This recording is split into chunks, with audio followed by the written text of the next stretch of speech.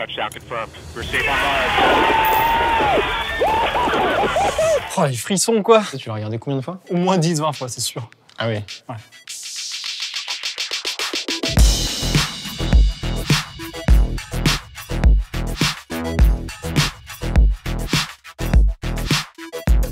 Salut à tous, si vous aussi vous êtes passionné d'ingéniosité, eh bien vous êtes au bon endroit sur Déclic. Est-ce que vous savez que les Français étaient sur Mars? Je parie que non. Moi, je le savais. Enfin, les gens savent pas forcément. Aujourd'hui, on est avec Hugo Lisoire de la chaîne. Hugo Lisoire, j'avais pas de pseudo. Citoyennes, citoyens, bonjour. A-t-on réellement découvert des champignons sur Mars? C'est une question que vous avez posée de nombreuses fois. Et avec Hugo, on va parler d'un sujet qui intéresse tout le monde. Et j'ai même envie de dire tout le système solaire. Ah ouais, si on est seul, par contre, ça reste nous, quoi. Ouais, bon, ça on va en parler après. Hein. On va parler de Mars. Du rover Perseverance et plus particulièrement de sa caméra conçue en France, la Supercam. Un bijou de technologie qui va peut-être nous permettre de savoir s'il y a eu de la vie sur Mars. Vaste question. Enfin, faut pas s'attendre à trouver des fossiles de petits hommes verts, hein Hugo? Pourquoi pas? Ça se trouve, ils sont juste très forts à cache-cache. Ça fait un bout de temps que Mars nous fascine. Dès le Xe siècle avant Jésus-Christ, des écrits chinois évoquent les mouvements de la planète rouge. Et puis au fil des siècles, les astronomes l'ont observé avec des télescopes de plus en plus perfectionnés et ont élaboré plein d'hypothèses. Certains y croyaient voir des océans, des lacs et même des canaux artificiels, un peu comme à Amsterdam. En même temps, c'est pas étonnant, le néerlandais, c'est quand même une langue un peu chelou. Wij zijn Marsmannetjes. Peut-être que les Néerlandais viennent de Mars, en fait. Qu'est-ce qu'on en sait?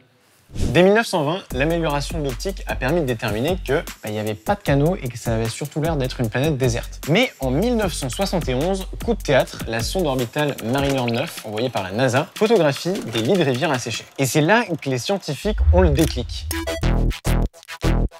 S'il y a eu de l'eau à cet endroit, il y en a peut-être encore sur la planète. Et s'il y a eu de l'eau, il y a eu de la vie.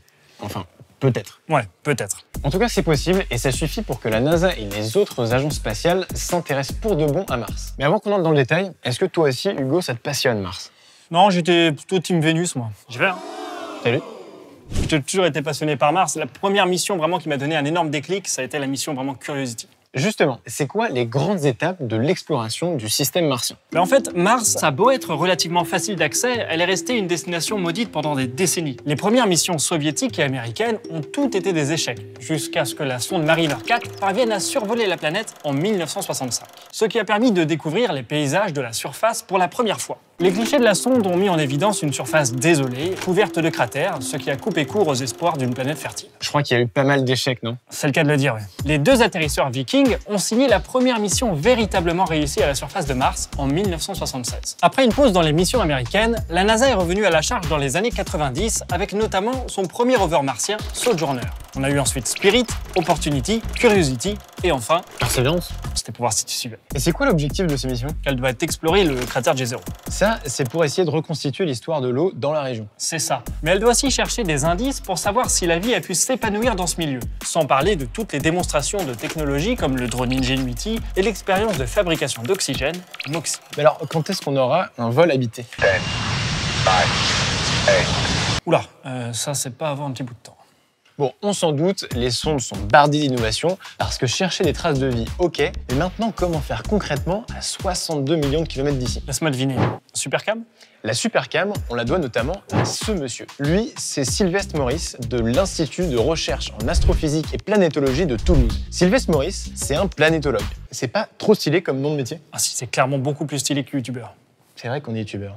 Donc Sylvestre Maurice, c'est un planétologue spécialisé dans l'exploration du système solaire qui a contribué à la découverte de glace sur la Lune et de Mercure. Mais c'est déjà lui qui a créé la Chemcam, enfin on dit Chemcam Moi je dis Chemcam. Chemcam. Mais après... Embarqué sur le rover Curiosity qui se promène sur Mars depuis 2012. Autant dire qu'il n'en est pas à son premier coup d'essai.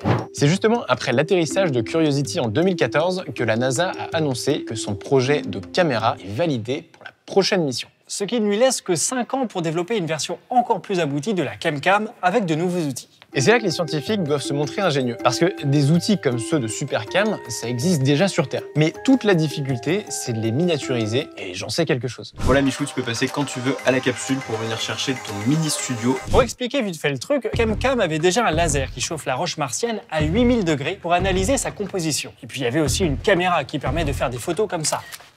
Mais aussi des photos genre selfie. Regarde ce beau gosse. Ça, c'est ma préférée. Mais la Supercam, en fait, c'est bien plus que ça. En fait, il y a 3 nouvelles technologies dessus. 2 autres spectromètres qui permettent des recherches poussées en minéralogie et de construction moléculaire qui vont permettre de détecter des traces, même minuscules, de vie passée. Et puis, il y a un microphone. On a entendu Mars. C'est ouf, ça. Ouais, entendu.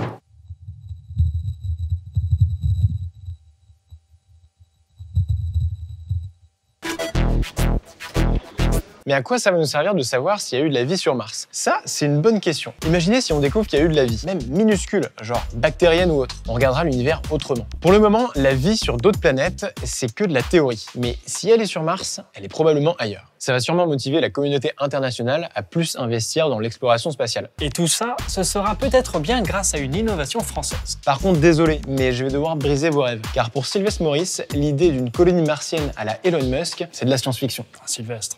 Pour le planétologue, l'avenir humain est bel et bien sur Terre. En même temps, il a raison. Pourquoi faire 60 millions de kilomètres pour déménager sur une planète où il fait moins 63 degrés? C'est vrai ça. Donc, petit rappel, prenons soin de notre bonne vieille planète, histoire qu'elle finisse pas comme Mars. Ou comme Vénus. À ton avis, Hugo, ça pourrait ressembler à quoi la vie extraterrestre? Tu vois cette tomate? 4 petites pattes là.